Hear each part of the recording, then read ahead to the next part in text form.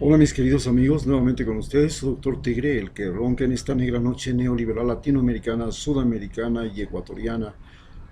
Negra noche neoliberal que se puede entender como el liberalismo desbocado, es decir, el capitalismo desbocado. ¿Y qué particularidad tiene el capitalismo desbocado?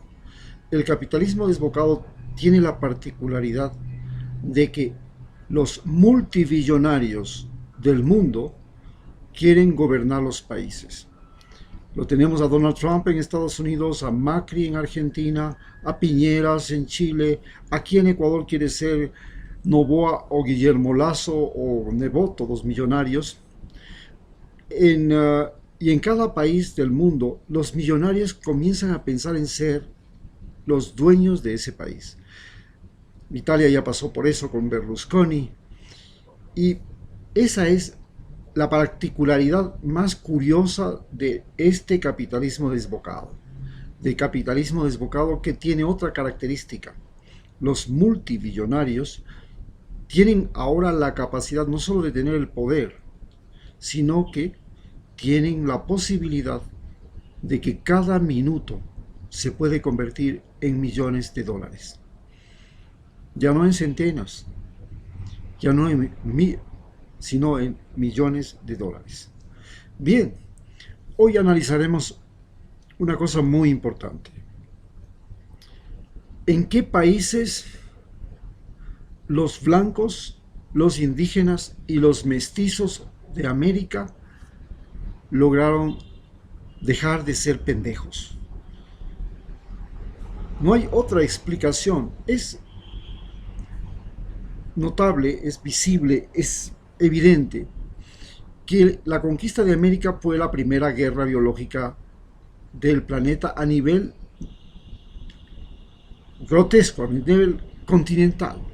Hubo una guerra anterior, la guerra de los hunos y después de los turcos, cuando conquistaron Europa, especialmente los turcos, que utilizaron la peste bubónica, que la introdujeron primero en Constantinopla y de ahí se regó a toda Europa, para vencer a los ejércitos que hacían resistencia.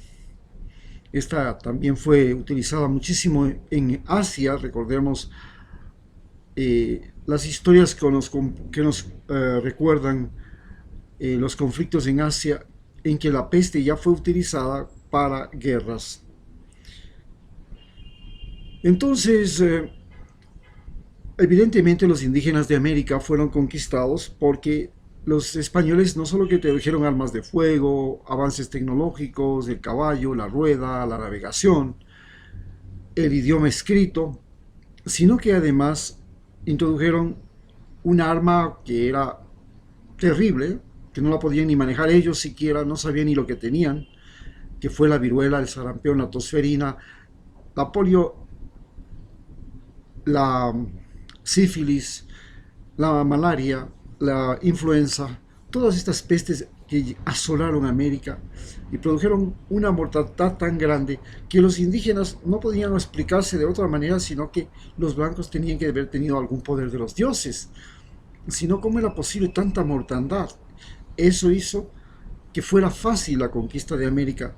Así, por ejemplo, Quito, que fue fundado por Sebastián de Benalcázar, solamente necesitó 200 españoles y 2 negros para ser fundada, y cuando Sebastián de Benalcázar salió desde el puerto de Paita, donde era el encargado de los abastecimientos y la responsabilidad del área por Pizarro, solamente bastó con que suba por los Andes, que sin perder un solo hombre llegó a conquistar Quito, que era la segunda capital del Incario. Por supuesto, los indígenas, como siempre, hicieron una pendejada. Y desde ese día no han dejado de hacer pendejadas hasta el día de hoy. Y de ser pendejos. Pero hay un país donde dejaron de ser pendejos. Ese país donde dejaron de ser pendejos se llama Bolivia. Es el primer país de América Latina donde los indígenas dejaron de ser pendejos. ¿Y cómo lograron dejar de ser pendejos? Primero, porque tuvieron un líder que se llama Evo Morales, que les hizo despertar de un sueño, de una somnolencia, de una estupidez que había durado 500 años y logró conseguir que los indígenas se vincularan unos con otros a través de organización, de la organización, y que la cultura, el idioma, sus trajes, sus identidades, sus saberes ancestrales, sus rituales, su propia medicina, fuera el vínculo que los uniría para convertirse en una fuerza y en un poder en un país donde el 74% de la población es indígena. Evo Morales, al que se le quiere quitar ahora la presidencia, y que por supuesto si le quitan la presidencia, él sabe muy bien que le va a pasar lo que le pasó a Lula, que será perseguido y será encarcelado, lo que le pasó a Cristina Fernández, que no le alcanzaron a meter a la cárcel solo porque llegó a ser senadora, y no le pudieron quitar la inmunidad. Pero mire lo que le pasa a Correa, lo tienen correteado en Europa y les tienen correteados a todos sus lugartenientes, los que llevaban el pensamiento y la cohesión de su movimiento y de su actividad política. Lo que le puede suceder a Evo si pierde las elecciones es evidente. Lo van a meter a la cárcel y si es posible lo van a matar por ser indio, por ser pendejo y por ser atrevido y por ser un Tupac Amaru del siglo XXI, que se atrevió a hacer lo que no pudo hacer Tupac Amaru. Lo van a descuartizar en la plaza pública si les es posible en Bolivia. Y por supuesto, con bombos y tambores de la OEA, con bombos y tambores de los Estados Unidos, con bombos y tambores de todos los presidentes ladinos de Donald Trump que existen desde México hasta la Patagonia.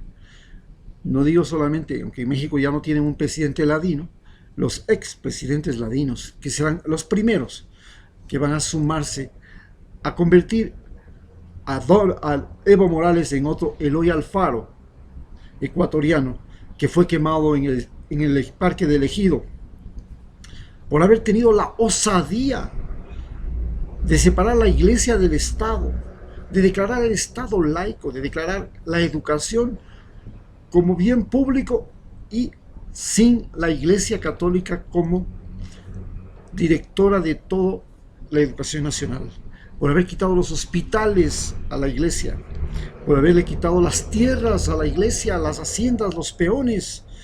Por eso fue descuartizado, quemado, incinerado, vilipendiado, humillado, arrastrado por las calles en el enclave católico más conservador que tenía América del Sur, la ciudad de Quito, que llegó a ser considerado una ciudad aislada del resto del mundo. No se permitía ni siquiera la llegada de los geodésicos franceses que vinieron a medir la mitad del mundo. No se permitía visitas, no se permitía nada. Aquí estaban todas las congregaciones católicas en su máximo centro de poder.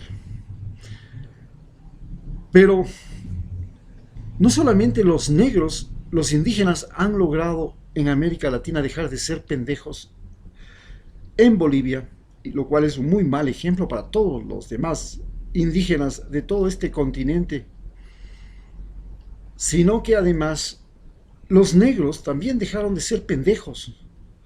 Y hubo un país en el que dejaron de ser pendejos en América, Estados Unidos.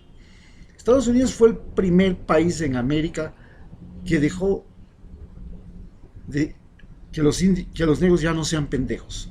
Y los negros dejaron de ser pendejos no por sus logros, no por sí mismos, no por su lucha en sí.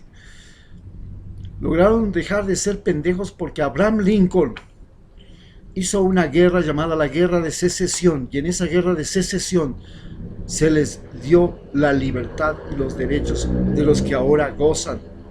Y por supuesto, no hubieran conseguido nada, porque después de Abraham Lincoln todo se vino abajo, si no venía Martin Luther King, y él, con la guerra y la lucha, junto con Malcolm X, no hubieran hecho valer lo que se llaman ahora los derechos civiles en los Estados Unidos. Y el mecanismo para conseguir fue la guerra y después la protesta. Y desde ese día los negros de Estados Unidos dejaron de ser pendejos. Ahora son actores de cine, son atletas, son deportistas, son estrellas del espectáculo, son brillantes científicos, son revolucionarios inclusive de la medicina como Ben Carson. Dejaron de ser pendejos y tuvieron un primer presidente negro en América Latina, que es fuera de Haití, por supuesto, fuera de Haití, un primer presidente negro fuera de Haití, que es Obama. Pero, ¿en qué país los mestizos han dejado de ser pendejos? En América Latina. El único y el primer país en que los mestizos han dejado de ser pendejos en América Latina es Cuba. En el resto de países de América Latina, los mestizos seguimos siendo los pendejos de América Latina. Y claro, los mestizos nos diferenciamos en dos. Los mestizos blancos, blanco mestizo, los que yo me considero, ¿ven? Ojitos claros, piel clarita, todo. Y los indígenas mestizos o negro mestizos, que se llaman mulatos. Pero, por supuesto, un mestizo mulato, por ejemplo, el mestizo de millonario, ya deja de ser mestizo pues en América Latina. El patucho de Alvarito Noboa, que no tiene nada de blanco, y no tiene nada de indio, y no tiene nada de negro, y no sabe dónde está parado, pero tiene un montón de plata. Ese es, por supuesto, un mestizo típico latinoamericano. El mestizo típico latinoamericano es el que no sabe si es negro, no sabe si es blanco, no sabe si es indígena, no sabe dónde diablos está parado. Pero el primer país donde los mestizos lograron cambiar la imagen fue Cuba. ¿Y cómo lograron hacerlo? A través de una revolución, a través de un líder que era blanco todavía más, Fidel Castro. ¿Y cómo lo consiguieron? Quitándole la tierra, quitándole el poder económico, convirtiendo al poder, a los recursos naturales de un país en recursos para la población, a los recursos humanos de un país en recursos para la población, en convirtiéndole en un santuario de la rebeldía en el mundo, que es Cuba. Muchas gracias.